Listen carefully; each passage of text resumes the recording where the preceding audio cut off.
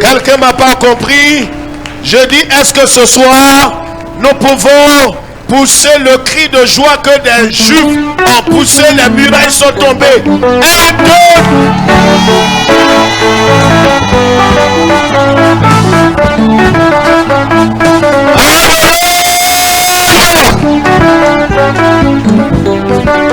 Que Dieu nous bénisse.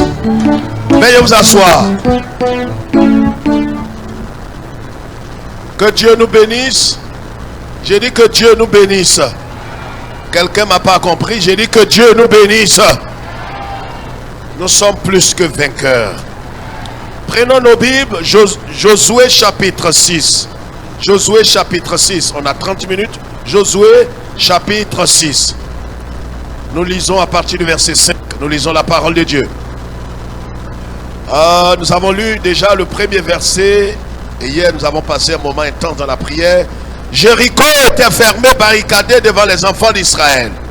Personne ne sortait et personne n'entrait. L'Éternel dit à Josué, vois, je livre entre tes mains Jéricho et son roi, ses vaillants soldats.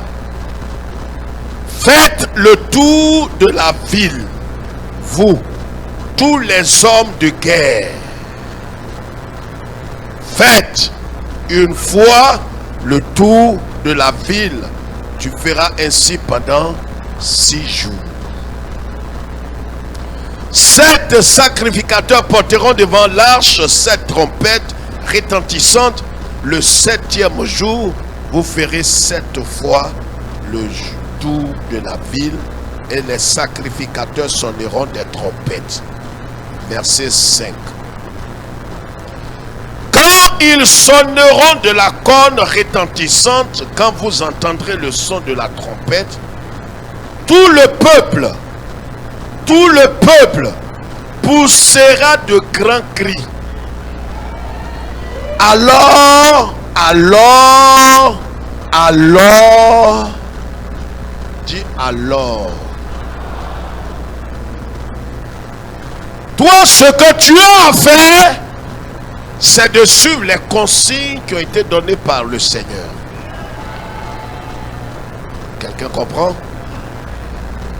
C'est pourquoi notre sous-thème ce soir, c'est permet à Dieu.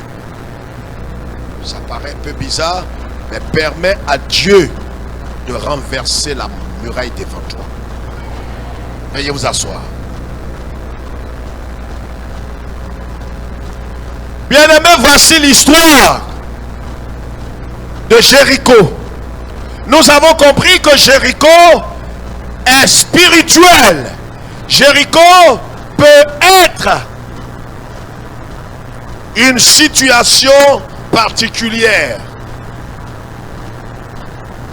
Jéricho peut être quelque chose, spirituellement parlant, qui nous empêche d'entrer dans ce que Dieu a arrêté de tout temps pour nous. Ça peut être quelque chose qui veut te barrer le chemin pour entrer dans ta destinée.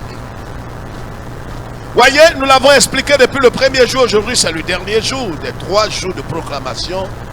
Nous avons compris que Dieu avait donné l'ordre à Israël, non seulement de sortir de la captivité de 430 ans, levant la tête. Parce qu'il faut comprendre, ce soir, nous allons expliquer des choses. Et je vais vous permettre d'écrire au moins ces 7 choses que vous allez comprendre et puis mieux méditer sur ces. Parce qu'à part Jéricho, il y a encore d'autres murailles qui sont devant toi.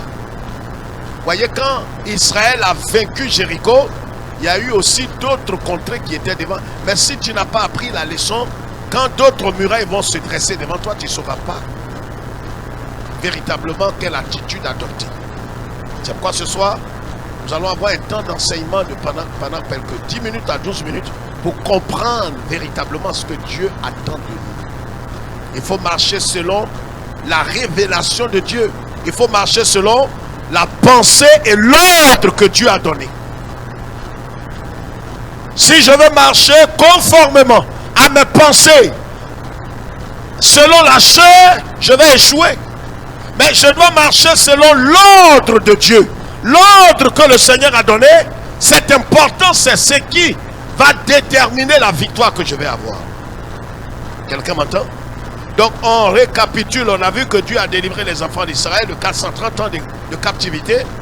Ils ont traversé la mer Rouge, ils sont arrivés dans le désert, ils ont expérimenté la manne, ils ont expérimenté aussi toutes sortes de choses, des choses glorieuses.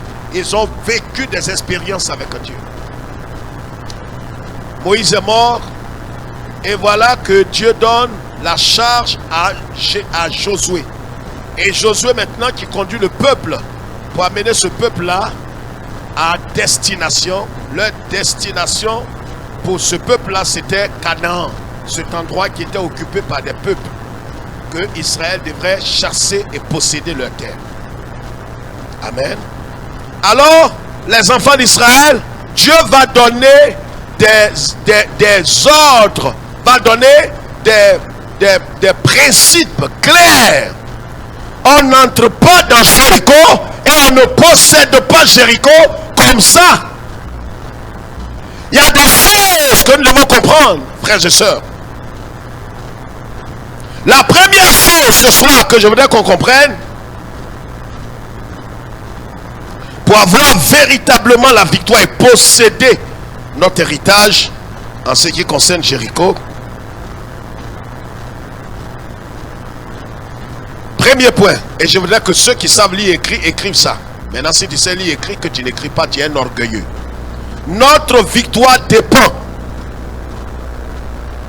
de notre obéissance totale à Christ. Voyez ce que Dieu va faire avec Josué. Il a dit à Josué, vois, je livre, verset 2, je livre entre tes mains Jéricho, son roi et ses vaillants soldats. Mais il a donné des directives à Josué. Il a dit à Josué, je livre la ville, je livre le roi, je livre aussi les soldats entre tes mains. Mais ce que vous devez faire, c'est de faire quoi? Vous allez faire le tour de la ville. Ça paraît, regarde ici. C'est pourquoi le premier point pour entrer et posséder la victoire, c'est notre obéissance totale à Dieu ou à Christ. Mais pourquoi je parle d'obéissance totale? Parce que quand Dieu va te demander d'obéir, ça va paraître un peu bizarre.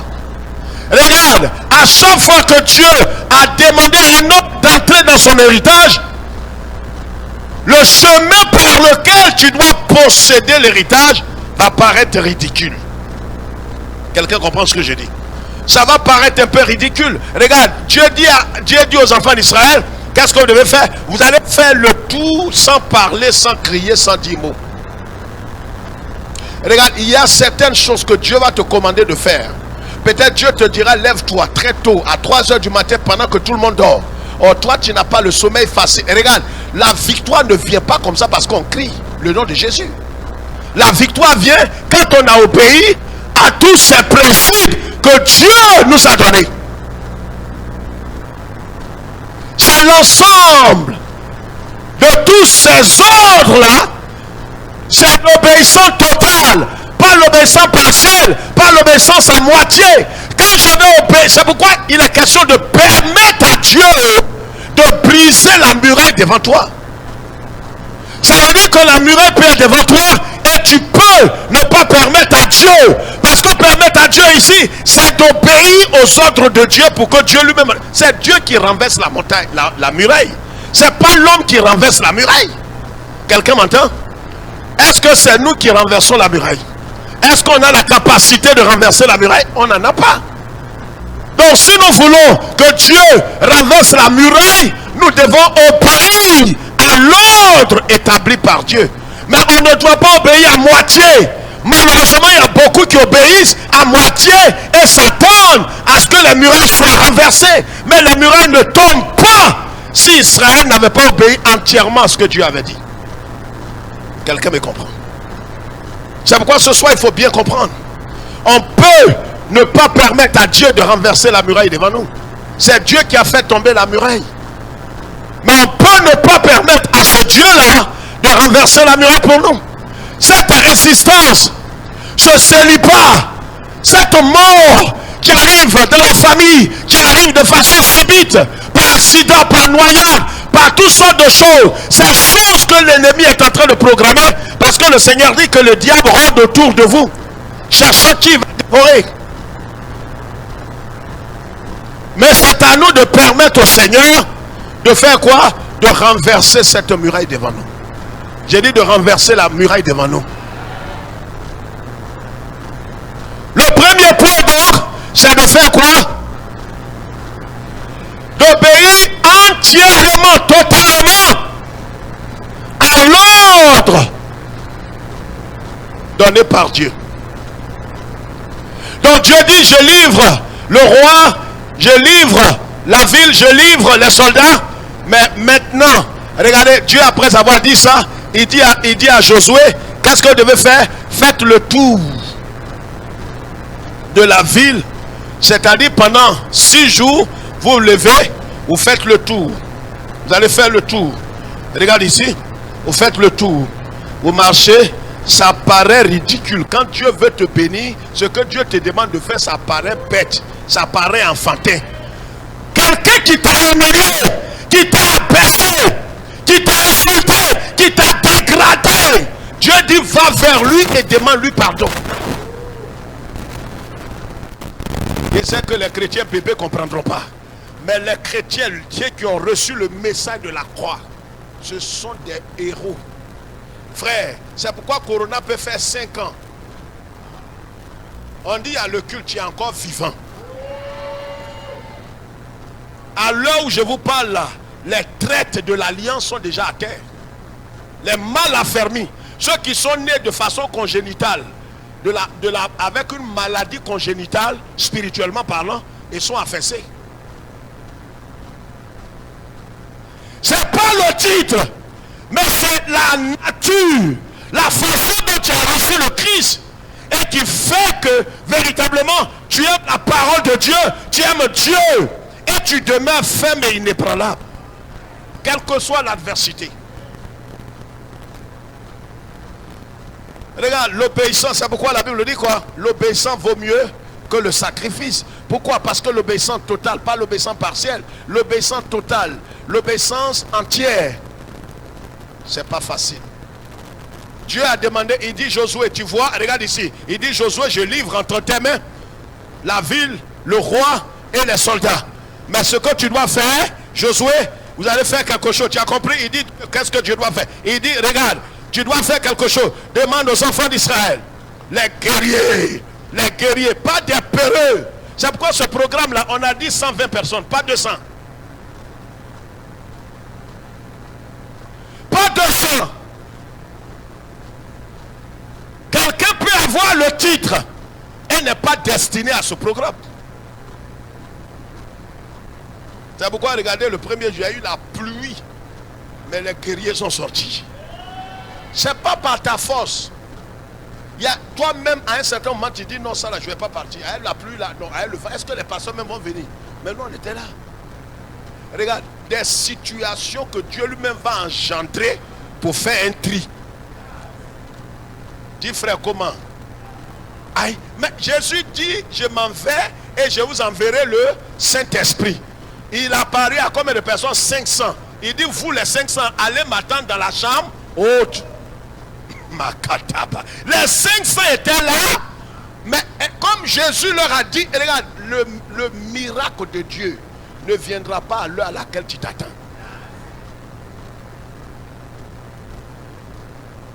Ils ont attendu, les 500 ont attendu.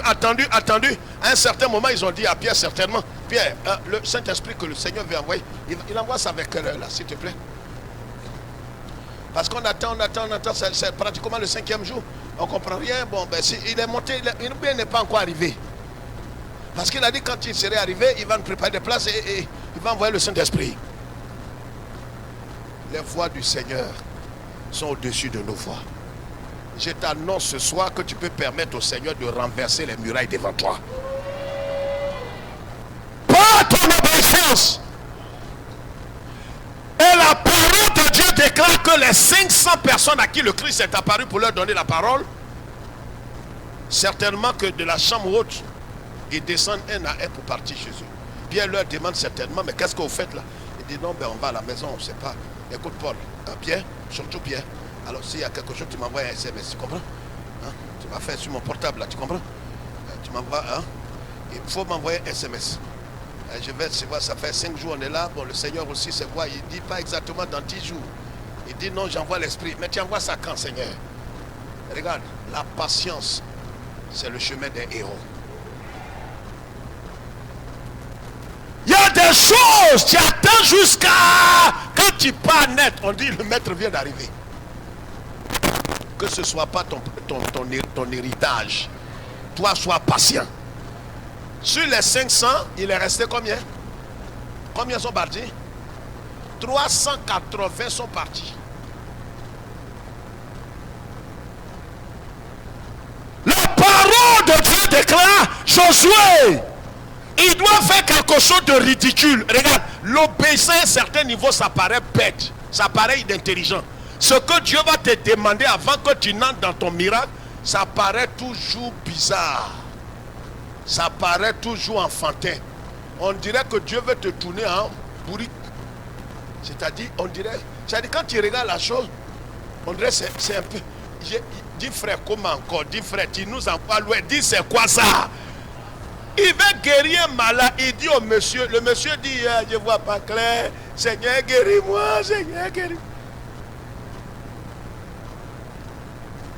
Les voix du Seigneur diffèrent selon les bénéficiaires. Et il trouve Bartimée qui était dans Jéricho. Quand il rentrait dans Jéricho, Bartimée se dit certainement qui passe là. Il a demandé, il dit mais c'est Jésus. C'est pas vrai, c'est un menteur. Lui là, c'est pas Jésus. Comment Jésus comme ça, vrai, bon Jésus, il voit qu'un aveugle et puis ne guérit pas. C'est la situation de certains. Tu t'es dit que Dieu connaît tes problèmes et que même si tu pries, tu ne gênes pas, Dieu va décanter. Mais tu n'as rien compris. Comme ça, Jésus est rentré dans Jéricho. La Bible dit, dans Marc chapitre 10, il sortait, parce que Jésus, à chaque fois qu'il rentre dans Jéricho, il ne dort pas là-bas. Il sort. Il dit, tu sortiras de Jéricho. Ils croient qu'ils t'ont piégé. Ils se sont piégés. Toi, tu sortiras de cette situation. Oh! Je veux des guerriers ce soir. Tu sortiras. Pourquoi? Parce que toi tu es caché en Christ. De la même manière que Christ rentre dans Jéricho, il sort. C'est de cette même manière, les problèmes n'ont qu'à se multiplier, tu sortiras. Le malheur atteint souvent, l'Éternel en délivre quelquefois. Il en délivre toujours. Bartimée, religieux. J'ai dit merci, c'est vrai Jésus qui parle, Jésus qui est compatissant, Jésus qui guérit les malades, lui qui fait les miracles. Pourquoi il peut me dépasser si Dieu est bon? Si Dieu est bon, le bon Dieu là va te dépasser. Il dit quoi? Invoquez-moi et je répondrai. Demandez et l'on vous donnera. Bon Dieu sait que tu n'as pas encore mangé, mais ce n'est pas son problème. Est-ce que tu as demandé? J'ai demandé mais je n'ai pas insisté.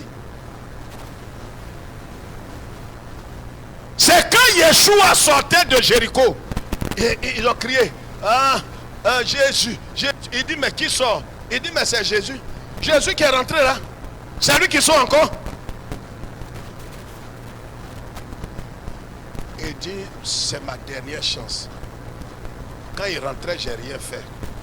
Mais à sa sortie là, il faut que je fasse quelque chose. Regarde, au début, peut-être tu as tout raté. Mais le soir là, si tu rates,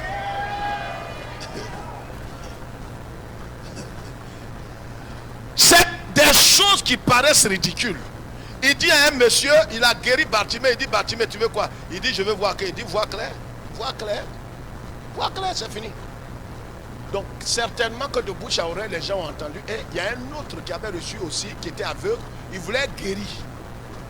Il s'est dit Seigneur, Seigneur dans son cœur, il dit Seigneur, de la même manière que tu as guéri Bartimée à Jéricho, guéris-moi aussi. Tu es le bon Dieu, tu ne tries pas tes enfants. Le même moyen que tu as utilisé, le même moyen que tu as utilisé. Non, la façon dont Dieu traite avec toi, c'est pas comme ça qu'il traite avec celle qui est derrière toi. Et c'est ce qui crée souvent la jalousie. On dit, mais pourquoi pour la soeur là, ça n'a pas duré? Pasteur, tu m'as donné, quand je me souviens, en son temps, tu m'avais donné 14 jours de jeûne sec. Dieu m'avait parlé comme ça, avant 2000. Il y avait une dame qui était venue, on devrait prier pour elle. Aujourd'hui, nous avons son témoignage. Elle avait entendu parler de l'histoire dont vous savez tous, la femme de cet imam à Bobo. 11 ans de stérilité, on a prié pour elle, Dieu lui a donné un enfant. Elle a entendu le témoignage et elle est venue. On était déjà à cette époque 9 ou 10 femmes stériles qui avaient déjà leurs enfants. Elle était venue, une femme cadre. Elle était venue, elle a dit, pasteur, vraiment priez pour moi pour que Dieu me donne un enfant. Mon mari est sur le point de me chasser à cause de la stérilité autour. Il y a des cas pour lesquels on a prié, Dieu n'a pas donné d'enfant. Mais quand on a totalisé, on était déjà au 9e ou 10e cas. Madame, vous croyez que Dieu est capable de vous donner un enfant? Ce n'est pas moi qui donne les enfants. Je n'ai pas le pouvoir de vous donner un enfant. Tous ces cas que vous voyez, c'est Dieu qui leur a donné un enfant. Dieu a répondu à leur foi. Donc, je dis à la femme, vous allez jeûner. Regardez, hein. Vous allez jeûner de 6h à 9h. Les vidéos sont encore là. De 6h, 9h, pendant 3 jours. Et vous venez. Dit, pasteur, je ne sais pas, prenez mon affaire là au sérieux. Comment vous me demandez de 6h, 9h du soir ou bien 9h du matin? J'ai dit, madame, vous jeûnez 6h du matin à 9h du matin. Pendant 3 jours. Vous voyez, les directives de Dieu changent selon les hommes. En sortant, elle a commencé à bouder. Donc c'est de tout ça qu'on m'a parlé. Jeûne normal dans tout lieu évangélique, c'est 6h, 18h. 6h, 18h. Moi, 6h, 9h, il y a gagné quoi dans ça? 6h, 9h, où Dieu va passer pour me faire tant? C'est une soeur qui l'a rattrapé, qui lui a dit, regarde, va te repentir. Va, tu vas te repentir. Ce que le pasteur t'a dit là, est-ce qu'il te connaît? Elle est venue se repentir, pasteur, en partant, j'ai prié que Dieu te pardonne, c'est Dieu qui pardonne. Ce qu'on t'a dit là, je ne t'ai pas dit dans la chair, je t'ai dit selon l'esprit. Va faire ça à la lettre. Frère, aux deux plateaux ici, à Dien, où se trouve, on fait brûler quelque chose là, vers le feu. Sorti de où se trouve la mosquée là. On a prié pour elle, a fait les 3 jours, elle est venue. On a prié pour elle, qu'on va faire quelque chose d'extraordinaire, faire des tapas, crier, regarder avec un œil, souffler dans une corde.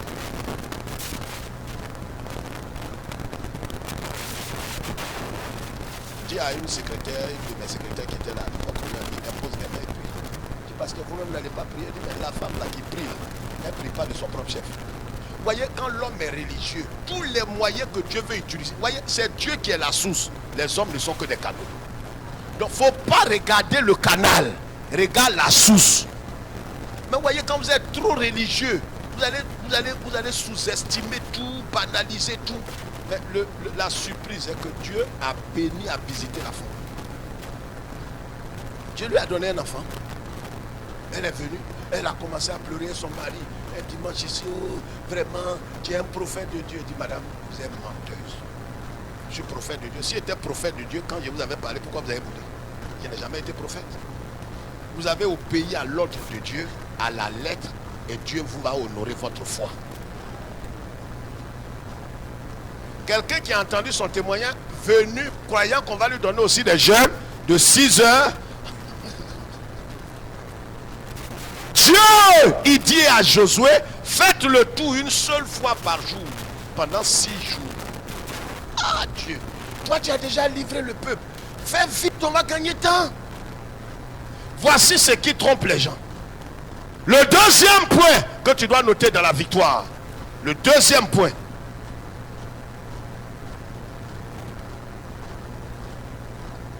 Josué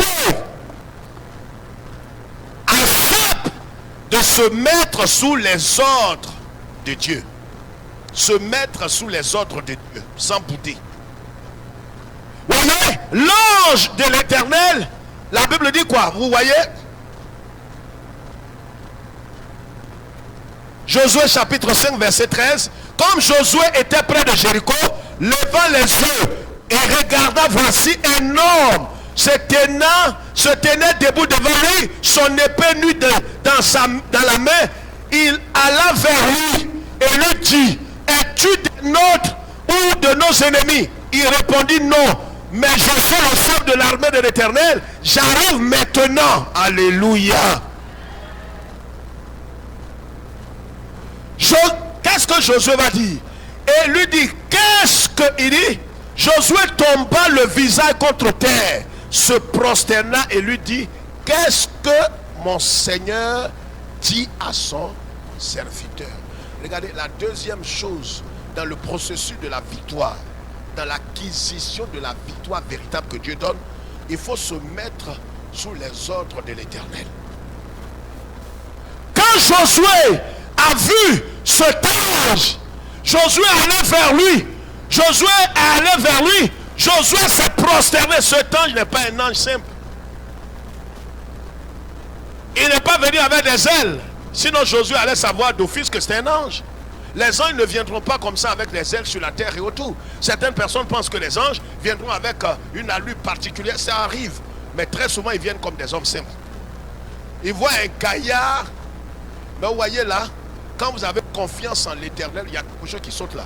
Quand vous avez confiance en l'Éternel, qu'est-ce qui va se passer? Josué n'avait pas peur.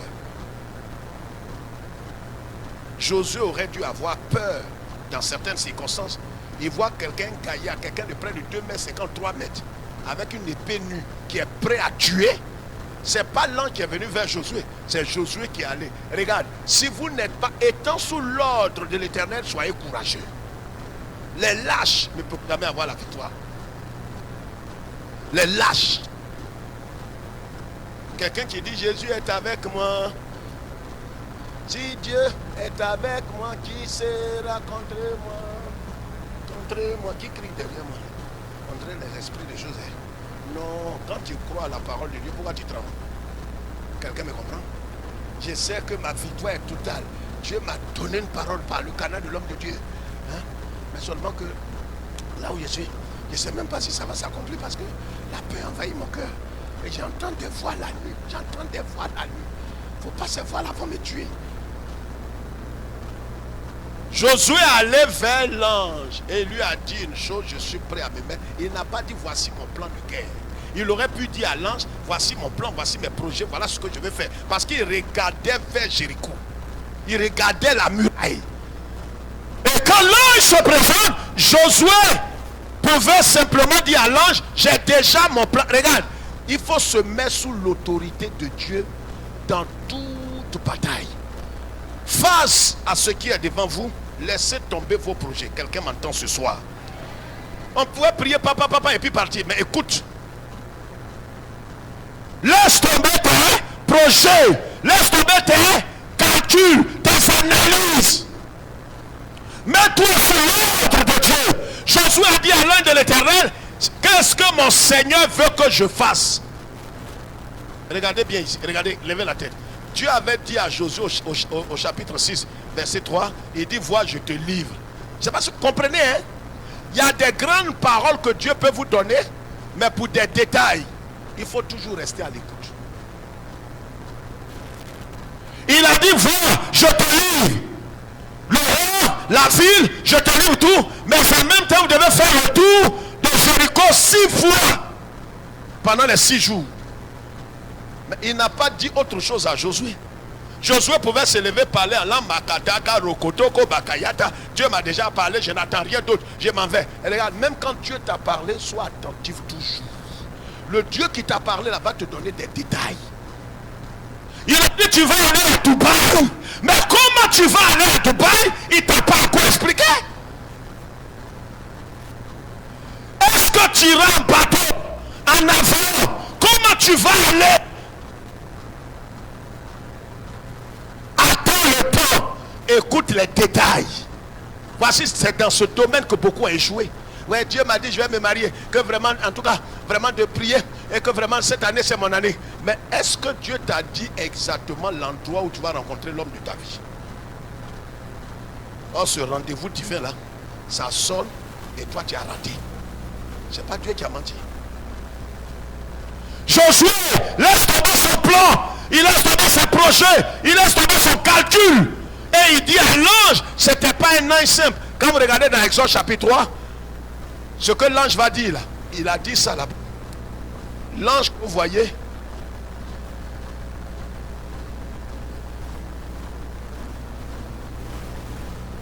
C'était une théophanie.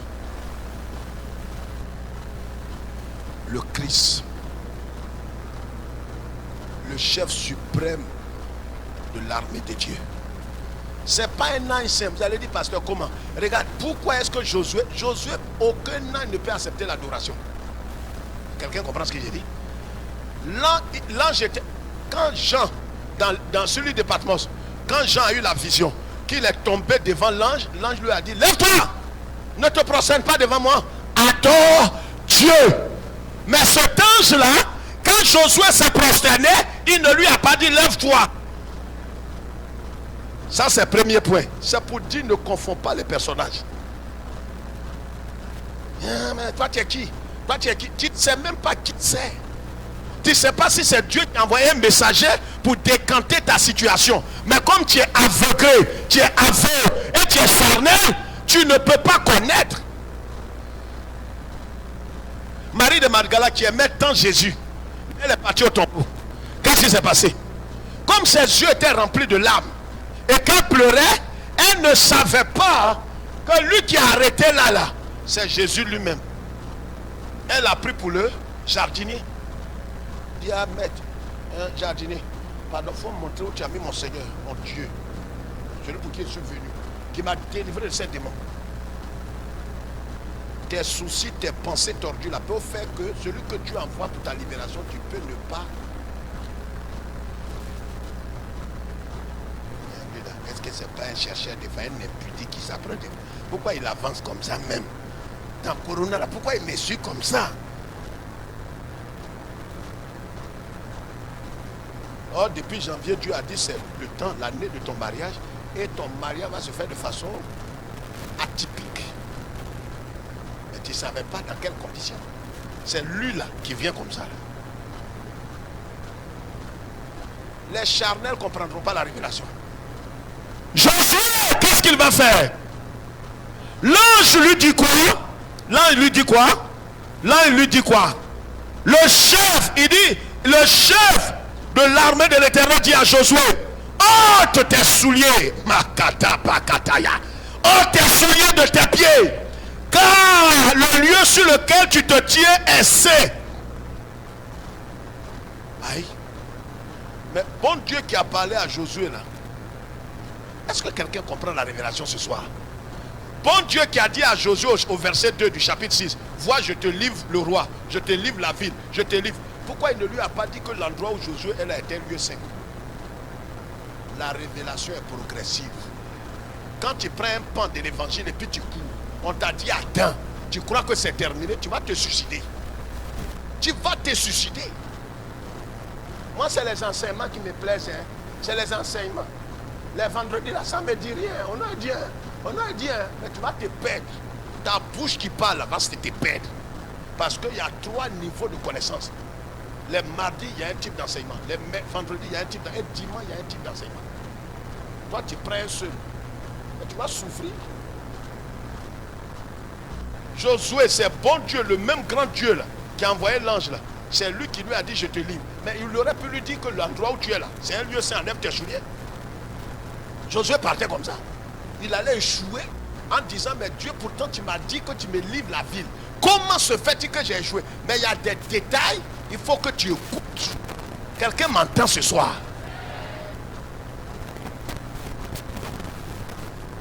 Moi, ce que le pasteur a dit dimanche dernier, c'est sur ça que j'imagine. Il m'a dit tout ça, les réunions du soir, j'ai pas le temps. J'ai pas le temps. Tu marches en grosso modo. Troisième, l'ange lui dit, oh tes souliers. C'est le symbole de la sanctification. Voyez, les chaussures nous souillent. Les chaussures nous amènent dans la boue. La boue est le symbole du péché. Quelqu'un comprend? L'ange lui dit, enlève tes souliers. Aïe, comment? Je vous ai dit que regarde, le processus pour amener, pour que Dieu nous conduise dans la victoire et fasse tomber les murailles, ça peut paraître un peu bizarre. D'abord, des grands gaillards. C'est pourquoi quand les gens ils tournaient autour de la muraille, les gens de Jéricho les regardaient comme ça, avec pitié et compassion. Il dit, mais ces pères de famille là, c'est qui ça? Ils tournent, ils ne parlent pas, ils marchent comme ça.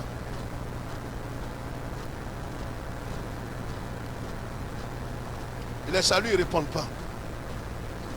Ils ont fait le tour, ils s'en vont s'asseoir. Le lendemain matin encore, ils viennent. Regarde, ce que Dieu va te demander de faire, il n'attend pas que tu obéisses de façon partielle, de façon moitié. Il faut que tu obéisses entièrement et de tout ton cœur. Regarde, il dit quoi? Ôte tes souliers. C'est symbole de la sanctification. Tu ne peux pas rentrer dans une victoire totale, dans une guerre comme la guerre de Jéricho, si tu ne te... C'est pourquoi le Seigneur l'Éternel, qui est le chef même de l'armée, il est venu en personne pour lui dire, il faut enlever tes souliers. Il aurait pu discuter pour dire non, Dieu m'a déjà parlé. Dieu m'a déjà parlé. Je te dis ça. Il m'a dit déjà qu'il me livre. Je n'en ai pas souliers. Mais la prévention, elle est progressive. Le Dieu qui lui a dit, je te livre là, il ne lui a pas encore dit parce qu'il sait qu'il va envoyer un ange après. C'est ça qui te trompe. Quatrièmement, la persévérance dans l'action. Quand il devrait faire le tour de la muraille, c'est 6 jours. Pendant 6 jours, il devrait faire le tour. C'est-à-dire une fois par jour. Frères et sœurs, soyons honnêtes. C'est épuisant, c'est ridicule, c'est fatigant. Non, non, non, soyons certains. Regardez, quand vous avez fait le tour, regarde ici. Vous avez fait le tour une première fois, le premier jour. Vous avez fait le tour. Vous avez fait le tour. C'est pas une petite vie. L'histoire nous dit que l'épaisseur de la clôture, l'épaisseur de la clôture la dépasse l'épaisseur, la largeur de ce temple. Parce que sur l'épaisseur, il y avait des maisons qui étaient construites. C'est une ville, personne n'entre, personne ne sort. Il y a tout là-bas. Jéricho veut dire quoi? Bonne hauteur. Il y a des choses là-bas. Donc ils ne sortent pas. Et ils permettent à personne d'entrer. Tout est partagé. C'est bouclé et c'est géré.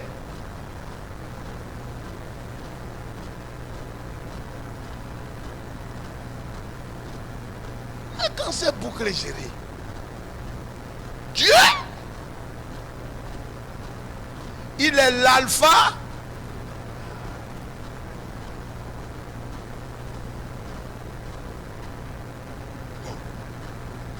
lui ne connaît pas bouclé, géré. Le roi et ses soldats étaient sur la clôture et ils se moquaient des enfants d'Israël. Regarde, pendant que tu seras en train d'obéir à l'Éternel, à ses voix, tu aurais voulu que les choses se passent de façon instantanée pour ton voyage, pour ta promotion, pour l'enfantement, pour vraiment ce que Dieu veut décanter. Seigneur, c'est vrai, tu vois, j'ai fait pratiquement ces 10 km que je viens de faire. Tu vois, je suis asthmatique. Il faut voir toi-même. Marcher comme ça, faire 10 km, c'est pas facile.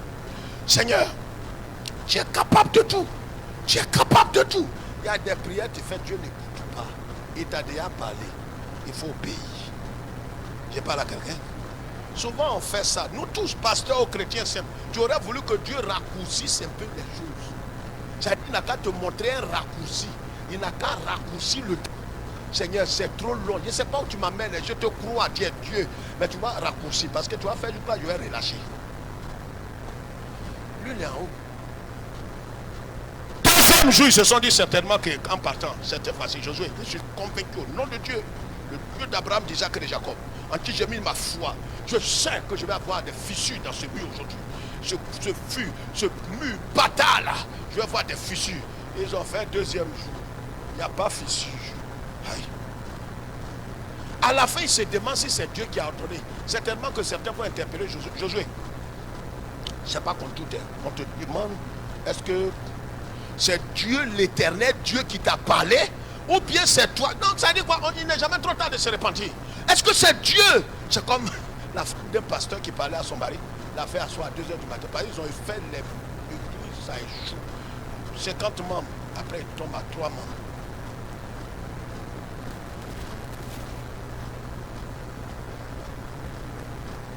Je lui parlais au début des années 2000, il ne croyait pas. Il dit, pasteur, vraiment j'ai l'onction aujourd'hui, mon petit. Église debout comme pas. Comme il dit, non, on a prophétisé, on dit, il va avoir un grand ministère. Il a commencé 50, il va à 200. Au bout de 3 mois, il reste 4 membres, 3 membres. Lui et sa femme et ses enfants. Il a essayé ça pendant 1 an. À la fin de l'année, il est venu me trouver. En ce temps, mon bureau était de l'autre côté. Il est venu, il m'a dit, homme de Dieu, je suis dans le regret de te dire que je reprends mes activités. Je ne suis pas venu te dire de prier pour moi, que vraiment Dieu t'a dit, non, non, non, ne sors pas la peine. Parce que je sais que Dieu ne veut pas de moi. Dieu ne veut pas de moi. Tu t'imagines, j'ai commencé, j'ai fait l'église. Près de 7 fois, j'ai repris l'église. J'ai payé les bancs, j'ai payé tout. Il dit, mon frère, parle doucement. On était, mon bureau en face de la mosquée là. Écrit, on dirait on est 14 dans le bureau. Oh, bureau là est petit, ceux qui connaissaient. Il était là, j'ai riais. Il ne sait pas que c'est le chemin des vainqueurs. Tu vas échouer. Regarde, à l'école primaire, nos parents nous achetaient des crayons. Oh, le crayon là, il y a gomme en bas. Pourquoi ils mettent gomme en bas? Ils ont des mauvaises pensées, quoi. Pourquoi tu mets gomme en bas des crayons là? Tu vas effacer beaucoup avant de trouver la bonne réponse. Ils ont prévu tout. Je vous ai enseigné ici que Dieu n'est pas un pompier. Quelqu'un se souvient? 3-4 ans. Dieu, il prévoit la solution avant que le problème n'arrive. Ton célibat là, avant que celui qui va t'épouser là est né, il est là. C'est comme maïs. Quand tu payes maïs là, on ne le mange pas comme ça. Quand c'est frais, il faut enlever quoi? Tu vas fouiller, il est là déjà. Seulement il faut avoir l'œil. Il faut avoir le discernement. La révélation que tu as entendue là va s'accomplir par son contraire. Les messages là, tu ne les écris pas, tu ne suis pas.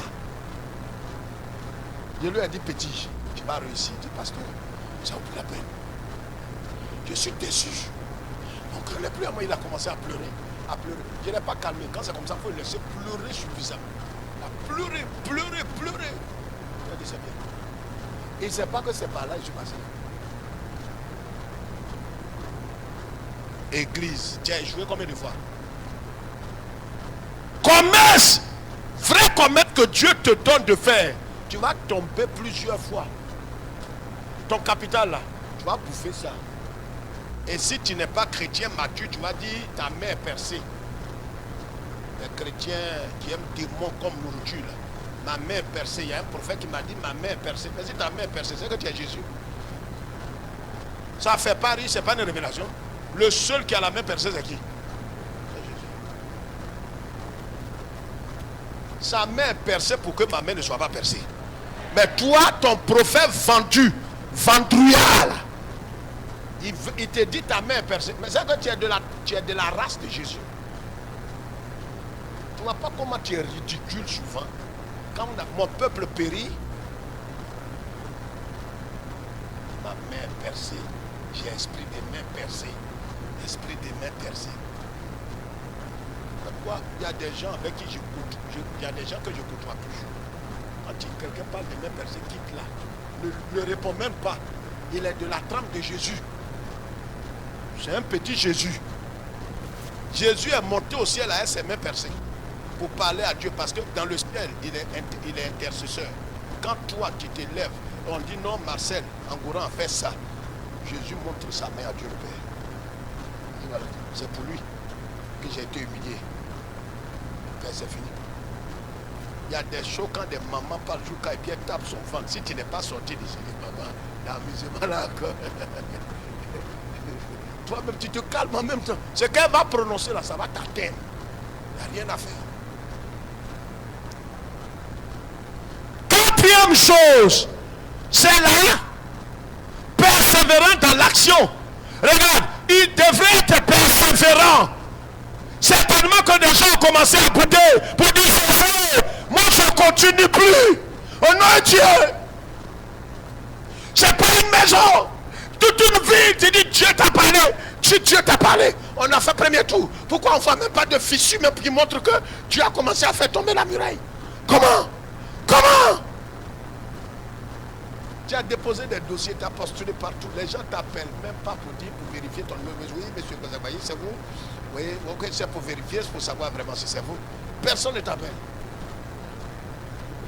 Ta beauté ment pas. Tu as utilisé tous les huiles. de l'Océanie, de quoi, venus du Ghana, Afrique du Sud, tous les savons, ton thé ment pas. Les parfums, le poison vert. Tu as mis ça sur toi. Mais tu parles, les gens ferment leurs yeux. On dit la voici qui arrive, fermons nos yeux. C'est quand ils vont te voir qu'ils vont te désirer. C'est pour dire que la beauté, elle est relative, elle est trompeuse. C'est la grâce de l'Éternel.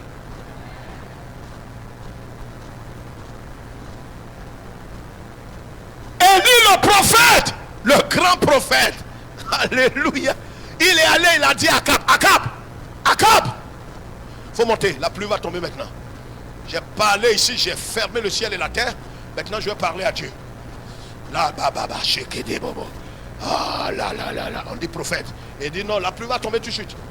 Je connais mon Dieu me connaît. Je connais mon Dieu me connaît.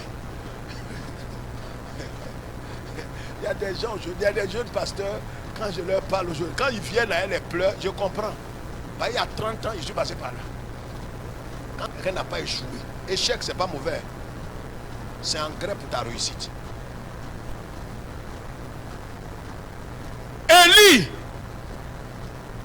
il prie, le Dieu d'Abraham, d'Isaac et de Jacob. Alléluia, alléluia, alléluia. Il se lève. Il appelle son disciple. Oui, viens voir. Kaba, viens voir. Les nuages là ont commencé. Il dit bien, il n'y a rien. C'est le soleil même là qui frappe fort là. Il dit mais c'est quoi ça Seigneur? Tu vas pas trahir ton serviteur. Il prie encore. Oui Seigneur. Alléluia. Alléluia. Alléluia. Il appelle son petit. Ouais. Je crois que maintenant la lune, les nuages sont nombreux maintenant. Il dit viens. S'il y a un nuage, je vais t'appeler. C'est-à-dire à un certain moment, frère, ce que je suis en train de vous dire, si vous n'entrez pas dans les mystères de la persévérance, un temps viendra, Dieu t'a parlé, hein, mais tu seras dans l'obligation d'abandonner, de jeter éponge.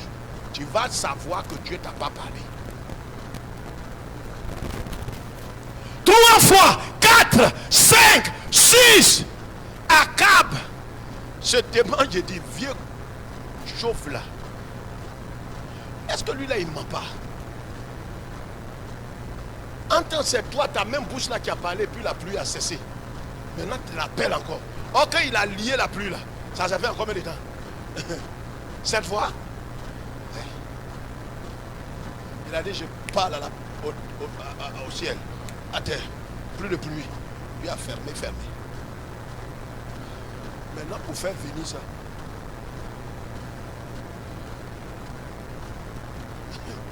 La 7e fois, il s'est levé, fatigué. La paix. Kaba, viens voir. Tu vois quelque chose hier? Il dit, maître, je vois un petit quelque chose comme paume de main. Il dit, c'est suffisant, ça va. Lui-même, là où il est là, il est fatigué. Quand on dit les hommes de la nature d'Élie, on parle de sa persévérance. Et regarde, quelqu'un vous dit il a la foi. Mais s'il n'a pas la persévérance, la foi va échouer. Il faut être endurant. Il faut être ferme. Parce que le miracle que tu attends là, les gens, ça peut venir, ça te dépasse. C'est comme quand on va prendre le résultat du bac. À votre attention, s'il vous plaît. Kofi Baye Paten.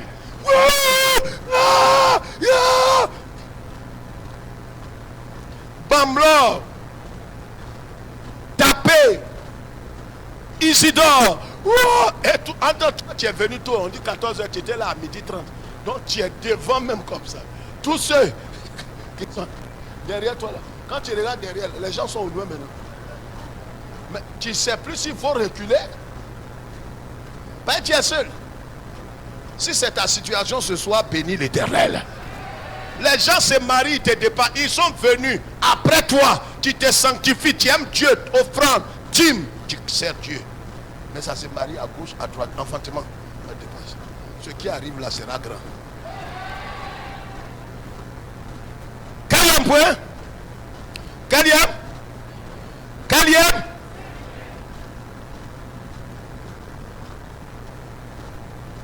Josué chapitre 6 verset 12. Josué se leva de bon matin.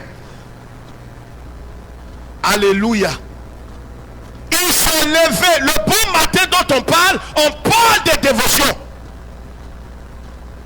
La dévotion matinale, la prière, la méditation, avant même le jour. C'est-à-dire à 5h, 4h du matin, celui qui veut rentrer dans la victoire, qui prépare un examen, qui se prépare au mariage, qui se prépare à la promotion, à un voyage, regarde, ça, cette habitude ne doit pas te louper. 4h, 5h, tu as médité la parole. Avant que l'homme ne parle, tu as déjà parlé à Dieu. Parle à Dieu et laisse Dieu te parler. C'est pourquoi il faut permettre à Dieu de renverser la muraille qui est devant toi. Mais toutes ces choses, il a dit il va renverser. Mais il faut que tu obéis à ses ordres. Quelqu'un m'entend? Il s'est levé de bon matin.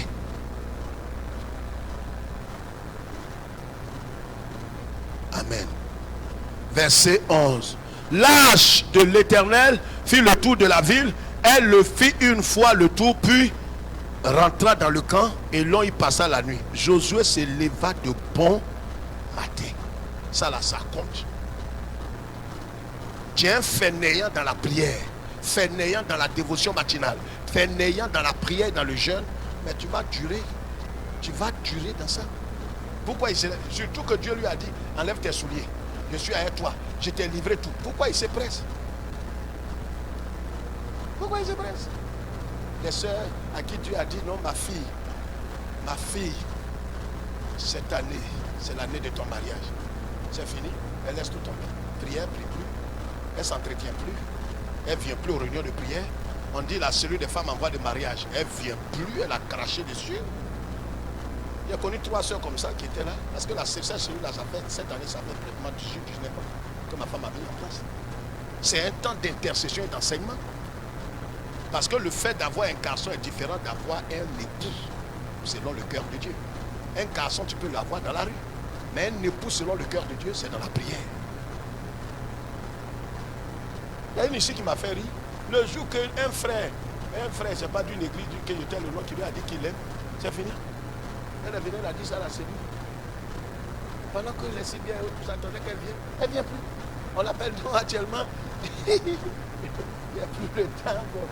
C'est pas que je n'aime pas la prière, quoi. Quand vous voyez quelqu'un qui néglige les temps de prière, les temps de dévotion, laissez-le. C'est fini. C'est un immature. Et croit que déjà il est rentré dans sa victoire. Le même bonhomme qui lui a dit il veut d'elle. Un matin, il a envoyé un courrier, il dit il ne veut pas. J'ai vécu un cas comme ça qui m'a brisé le cœur. Une de mes filles ici, avant l'an 2000, en 99, un frère, monsieur, a quitté, un pasteur qui voulait l'épouser. Tout était arrêté. On était dans la semaine du mariage. Regarde, quand Dieu a décrété quelque chose, même à 3 secondes, sois toujours disposé et sois attentif à la voix de Dieu. C'est que Dieu commence, il achève. Mais ça dépend de l'attitude de ton cœur. La semaine du mariage, le monsieur envoie un courrier. Oh, ses parents ont acheté déjà la robe. Ils ont tout fait. Ils ont réservé la salle. Ils ont tout fait. Mais qu'est-ce qui va se passer? À la dernière minute, le monsieur envoie un courrier. Il dit m'envoyer ça directement. C'est un même qui a pris le courrier de Yopou, on peut donner.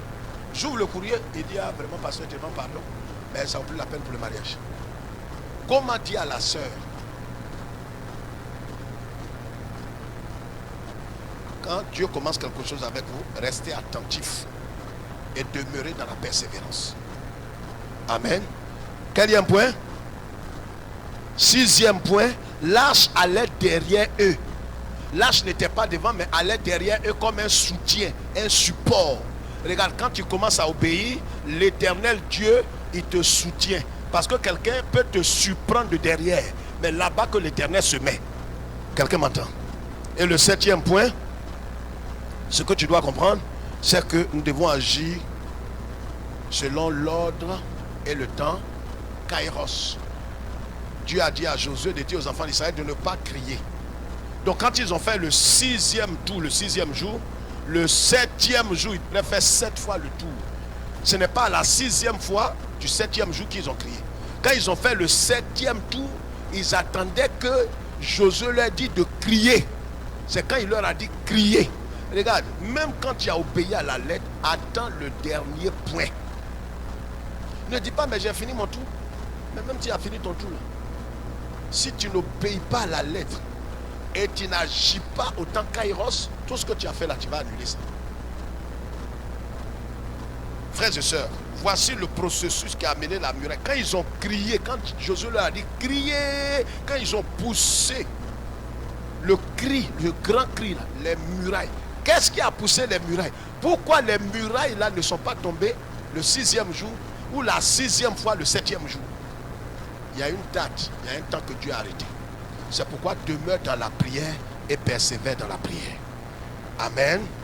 Mets ta main sur ton cœur. Lève-toi. Lève-toi. C'est parce que le dernier jour aujourd'hui.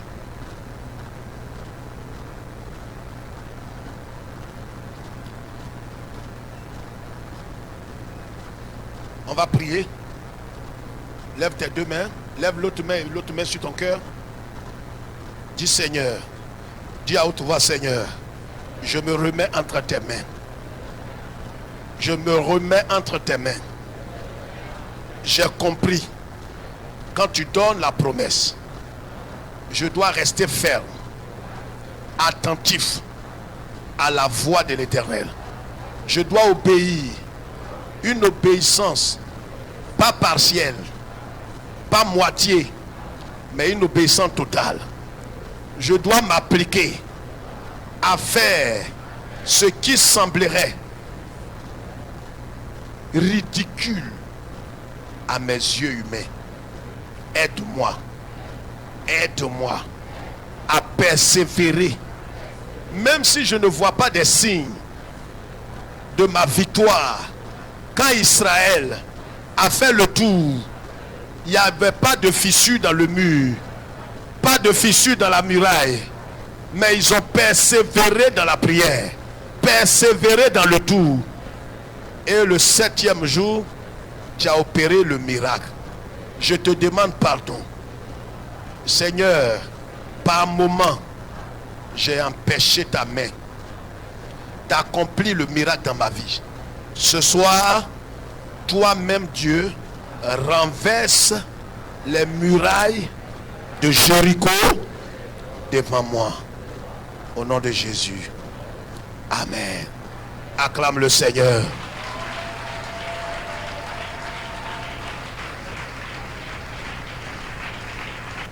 Acclame plus fort le Seigneur. Que Dieu nous bénisse. Que Dieu nous bénisse. Que Dieu nous bénisse.